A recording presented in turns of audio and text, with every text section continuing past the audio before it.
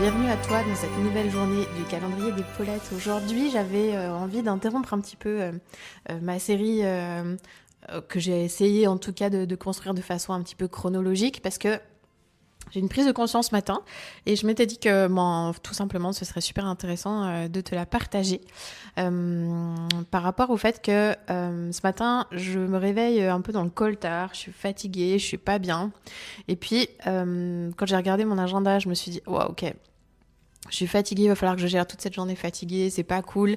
Puis je suis restée un peu dans cet état d'esprit avec mes pensées qui défilent et qui ruminent comme ça. Et puis, il y avait une chose qui était importante pour moi, que je savais, dont j'avais besoin, c'était d'aller courir. J'avais pas besoin d'amener les enfants à l'école ce matin et donc je me suis dit je vais en profiter pour aller courir parce que je sais que ça va me faire du bien, ça va me redonner de la clarté, ça va m'aider à switcher mes pensées qui pourraient me tirer vers le bas et ça va me donner l'énergie dont j'ai besoin. Et du coup, je suis allée courir, ce qui m'a fait énormément de bien.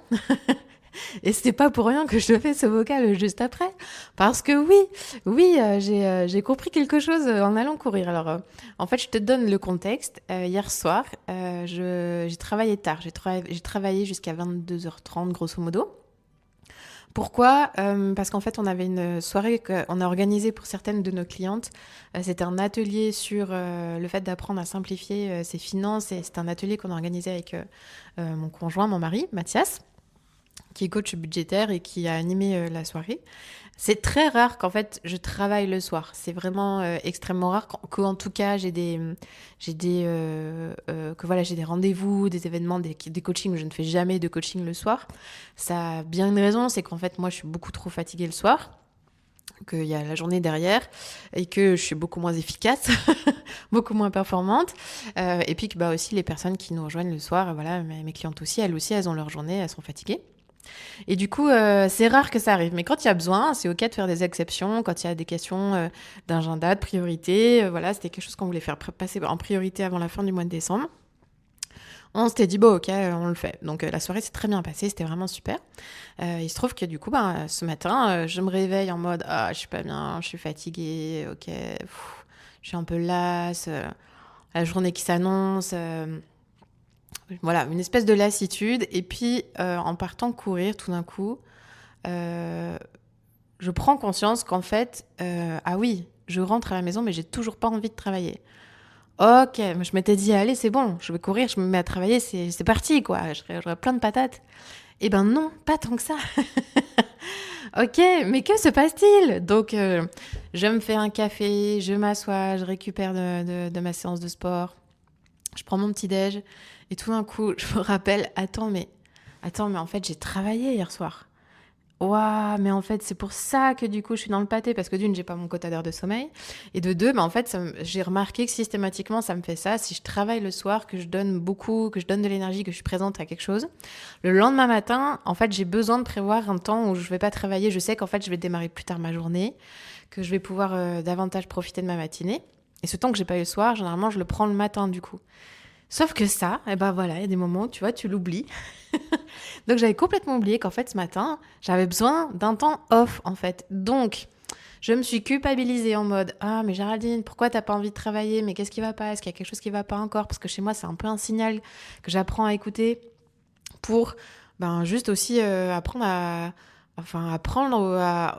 plutôt pour vivre une vie professionnelle qui me ressemble, dans laquelle je me sens bien, dans laquelle je me force pas à faire les choses. Et donc, du coup... juste me dire mais oui en fait c'était normal que t'aies pas envie de travailler. C'est ok, t'as le droit de l'écouter quand t'as pas envie en fait, et ça a du sens, c'est pas juste un caprice, c'est pas juste de la flemme, en fait il y a une raison, il y a du sens derrière. Et donc café fini, je me suis dit d'une, oh purée, je vais t'enregistrer ça parce que j'ai trop envie de te le partager, parce que je suis sûre que ça va parler à certaines d'entre vous. Et puis de deux, voilà, je me dis, mais oui, cette matinée, en fait, je vais y aller slow. J'ai peut-être démarré qu'à 11h. Et c'est ok, ça me va bien. Puis du coup, je vais en profiter pour prendre le temps pour mon petit-déj. Et puis, je vais peut-être aller prendre un petit bain après. Et puis, ça va être vraiment cool, ça va être slow et ça va me faire du bien. Et finalement, qu'est-ce qui va se passer? Mais je sais qu'en fait, une fois que du coup, je vais être rentrée dans ma journée de travail, ça va couler. Ça va se dérouler et cette journée, elle va très bien se passer. Et puis, bah oui, le travail que j'ai pas pu faire ce matin, qu'est-ce que j'en fais du travail que j'ai pas pu faire ce matin, que j'ai pas fait, que je ne vais pas faire? Eh bien, tout simplement, je le ferai à un autre moment. Voilà. Et puis, il y a peut-être des moments où, du coup, ben, j'aurai plus envie. Et du coup, je le ferai à ce moment-là. Cette question de l'envie, elle est vraiment clé. Et elle est au croisement toujours de nos besoins. Et oui, j'ai besoin de travailler et en même temps, j'ai pas envie. Alors, comment je fais? Et c'est quand, en fait, les besoins et l'envie ils se connectent que là, du coup, t'arrives à mettre en route de la motivation, t'arrives à mettre en route de la discipline. T'arrives à mettre en route ces choses-là, mais la condition, c'est que tu écoutes tes besoins. Là, mon besoin, oui, il y avait mon besoin de travailler, mais au-delà de ça, en fait, en fait, c'était pas toi un besoin, c'était quelque chose que je devais faire. Mais il y avait aussi mon besoin de moi, de me reposer, de prendre du temps pour moi. Et une fois que ces besoins sont remplis, je peux remplir les autres besoins. Et ça roule et ça match, ok?